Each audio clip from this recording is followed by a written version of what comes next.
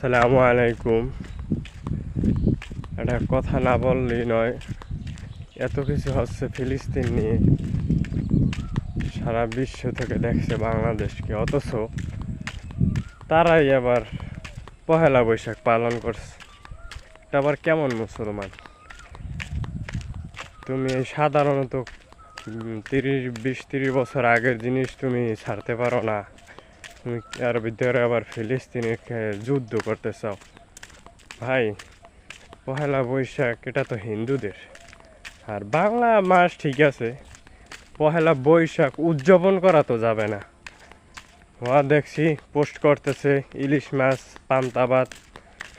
ভাই, সবাই পারে, কিন্তু এভাবে উদযাপন করা ঠিক না।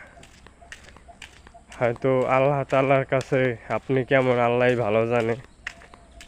তো সবাইকে দেখান খুব ফিলিস্তিনকে নিয়ে, হ্যাঁ গো, ইসরায়েলি পণ্যই করবেন, অথচ ঘরের মধ্যেই আপনি পহেলা বৈশাখ শুরু করে দিয়েছেন। তা আপনি কেমনে বুঝবো যে আপনি ইসরায়েলি পণ্য ঘরের ভিতরে রাখবেন না? ভাই, সবাই একটু ইসলামকে মানতে চেষ্টা করি, বিশেষ করে বাংলাদেশে যারা আছি। আর অন্য অন্য যে ভাই বোনেরা আছে অন্য ধর্মের, তারা পালন করুক, সমস্যা কি?